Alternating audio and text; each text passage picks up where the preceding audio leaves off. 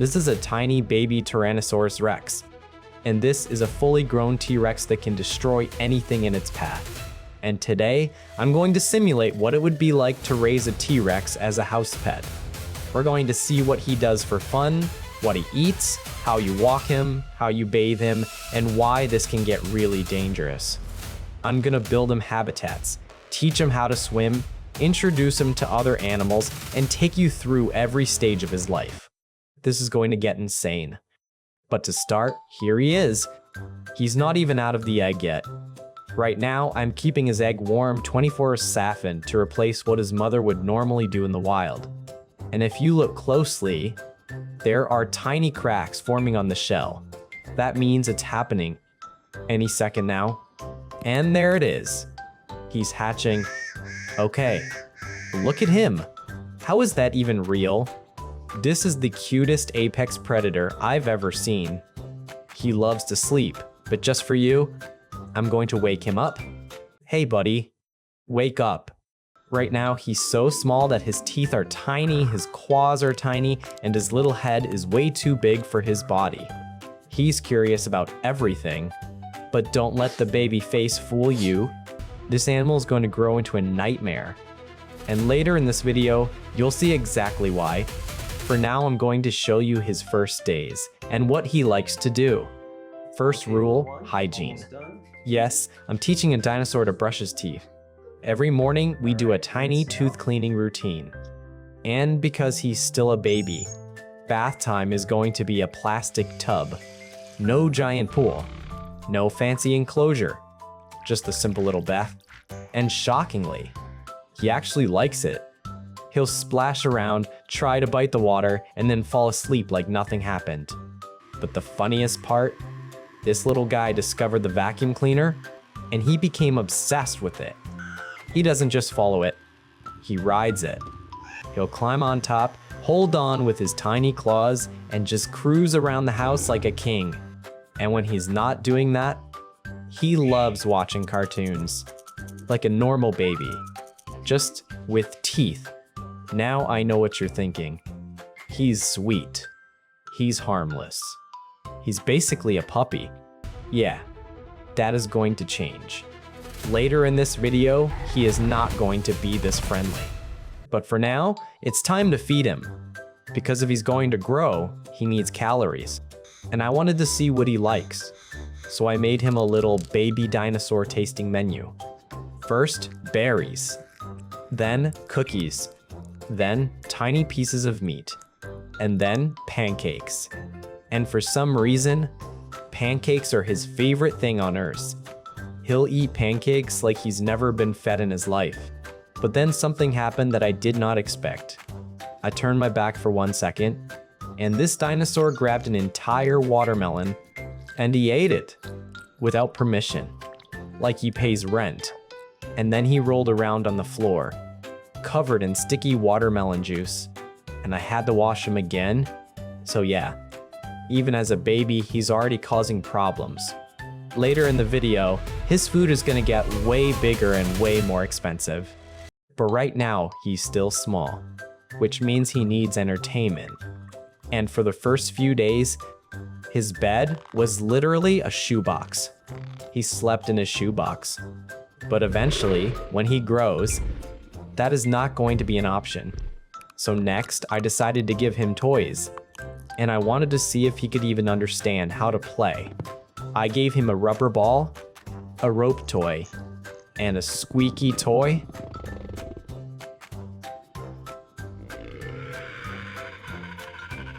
And he looked at me like, "What do you want me to do with this?" But then he figured it out. He started throwing the ball, chasing it, and pouncing like a cat. And speaking of cats, I introduced him to a cat. Because if he can get along with a cat, maybe he can get along with anything. And surprisingly, they became friends fast. They sniffed each other. They did the slow circle. They did the awkward "who owns this space" stare. And then the cat just accepted him like, okay, this is my life now. But I'm not going to lie. There were some uncomfortable moments. Because even though his teeth are tiny, he still loves chewing on everything.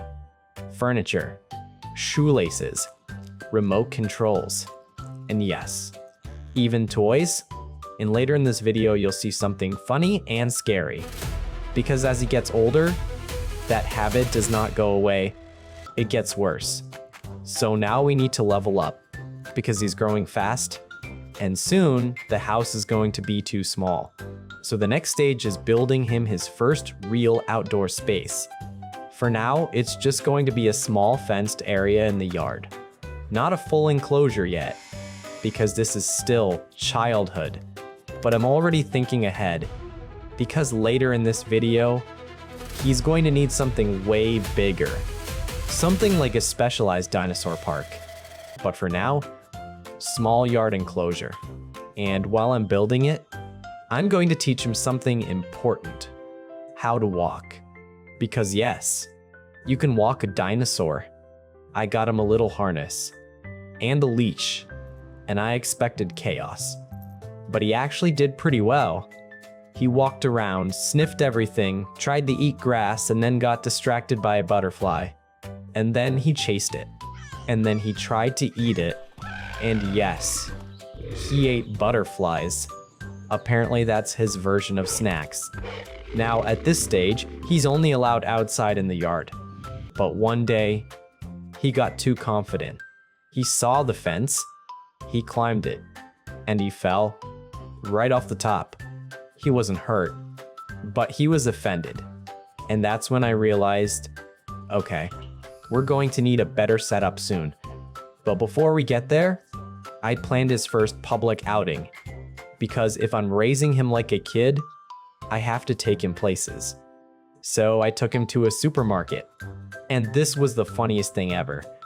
I put him in the shopping cart, and he sat there like a tiny dinosaur prince, watching the world go by. People were staring. Some people were laughing. Some people were terrified. And the T-Rex, he loved it. He kept trying to grab things off shelves. He wanted everything. He wanted fruit. He wanted bread. He wanted meat. He wanted snacks. So we filled the cart with foods he's going to try later.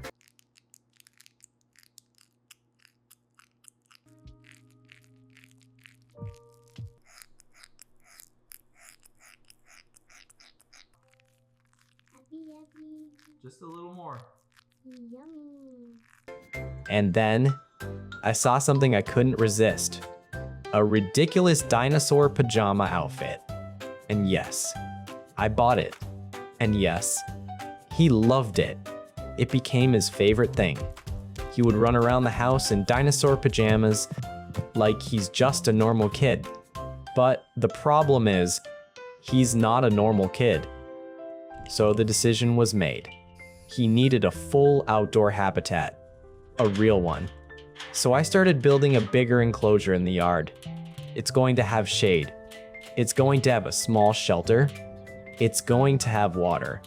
And it's going to have enough space for him to run. Because at this stage, he has energy that never ends. And since he's getting more comfortable outside, I started taking him on walks in public. And that led to something I didn't expect. Kids at the playground noticed him, and they wanted to play. So now picture this. A T-Rex at a playground. They tried teaching him how to skateboard. And it was hilarious. He would put one foot on the board and immediately fall over. Again, and again, and again. He never got good at it. And honestly, that clumsy behavior, that stays with him forever. Even when he becomes huge later in this video, he will still be awkward, just with the power to destroy things. But the happiest day of his childhood? The beach. I took him to the beach, and people kept asking to take photos, non-stop. He was basically a celebrity, and he loved the attention. But the best part? The ocean. Because once he saw the water, he immediately ran in. And he started swimming. Not perfectly, not gracefully, but he did it. And he kept going back for more. Something tells me this beach is going to matter again later in this video. Because when he's older, He's going to come back here, and it's not going to be cute. Okay, now we're gonna fast forward, because over the next months, he grew, and grew, and grew, and suddenly, he wasn't a pet anymore. He was a problem. He started sleeping on bigger and bigger beds. Then he started sleeping on the floor. Then he started sleeping wherever he wanted. He started eating human-sized meals, then bigger than human-sized meals. And the bigger he got, the more trouble he caused. He loved running down the street, which sounds funny, until you realize a T-Rex running down the street makes people scream. Cars stop. Dogs lose their minds. People drop groceries, and he didn't even mean to scare anyone. He's just energetic and clumsy. But now the bathtub is too small. His little tub is gone, so he found his favorite thing, a nearby lake. He would walk into the lake and just swim for hours. And that's when he started hunting. At first, he would just splash, then he would chase fish, and then he started catching them. And once he learned that fish are food, he became obsessed. So at this stage, his diet changed. At home, he was still eating meat, but at the lake, he became a fisherman. And the problem was, he was getting too big for the neighborhood. So the next stage of his life had to happen. A special dinosaur park, a place built for dinosaurs. More space, more security, more structure. And for the first time, other dinosaurs. So I transported him there. And this park had massive fenced areas, pools of water, shade structures, caves, and feeding zones. It was perfect. But there was one issue. My T-Rex was aggressive. He didn't want neighbors. He didn't want rules. He didn't want anyone telling him what to do. So the park guards had to step in sometimes. They would punish him when he got out of control. They'd isolate him. They'd reduce his attention. They'd keep him away from others. And you could tell, he hated it. And now his food got serious. At this stage, they started feeding him goats. Not snacks, not berries, not pancakes, actual prey. And he got bigger and stronger. And the park became less like home and more like containment. And here's the scary part. The more he felt controlled, the more angry he became. And later in this video, that anger is going to explode. But before that happens, something else happened. The military got interested. Because when you have a fully grown T-Rex, you don't just have an animal, you have a weapon. So they approached the park. They offered a deal. They wanted to use him for a mission. And at first, it actually worked. They transported him to a battlefield. And for a moment, it looked like he was doing great. He was unstoppable. He charged through vehicles. He tore through defenses. He roared so loud the ground shook, and the soldiers were cheering. But then, the enemies were stronger than expected. And this is the part that hurt. He didn't make it. He was defeated, and the world thought that was the end. But the scientists did not give up, because they didn't see a dead animal. They saw a project, and they had a name for it. Project CyberRex. They rebuilt him, not with nature, with machines. They gave him a new body, metal plating, reinforced legs, a powered spine, and worst of all, they added weapons. They made him faster, stronger, more dangerous. They turned him into something that wasn't a dinosaur anymore. It was a monster with upgrades.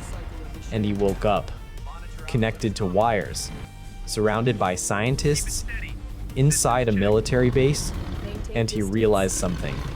He was trapped. And one day, he decided he was done. He powered up. He roared. And he attacked the base. He smashed through barriers. He crushed tanks like toys. He grabbed a vehicle in his jaws and threw it. Helicopters came in, missiles launched, and he just kept moving. He destroyed everything. Walls, gates, watchtowers, and as he broke out, the entire base went into emergency mode. Sirens, lights, soldiers running everywhere, and Cyber-Rex escaped. Now there was a cybernetic T-Rex loose in the world, and nothing they had could stop him. So where does an escaped monster go? Back to the place that felt safe. Back to the memory that made him happy. And for him, that was the beach. The same beach from his childhood. So he crossed water. He crossed distance. He followed instinct. And then one day, people on that beach looked up and saw a silhouette. Something huge, something metallic, something that should not exist. And at first, some people thought it was a joke. Some people pulled out phones. Some people tried taking pictures. And Cyber-Rex stepped onto the sand. And he wasn't cute anymore. He wasn't clumsy anymore. He wasn't wearing pajamas. He was a walking disaster. And the moment he saw the city, he started moving. He marched forward, and he began destroying everything in his path. Buildings were crushed, cars flipped, lights exploded, people ran, and every time the military tried firing at him, he kept going, because now he wasn't just strong. He was reinforced. He was upgraded. He was built for war, and he was angry. Over the next hours, the city turned into rubble, and the entire world watched. Because this wasn't a dinosaur, this was something new. And the military tried everything. Missiles, jets, explosives. None of it worked. And right when it looked like nothing could stop him, something happened. Something that made even Cyber-Rex pause. Across the smoke, through the dust, there was another shape. Not human, not dinosaur, not a tank. Just a silhouette, watching, waiting, and that's when I realized Cyber-Rex might not be the worst thing out there.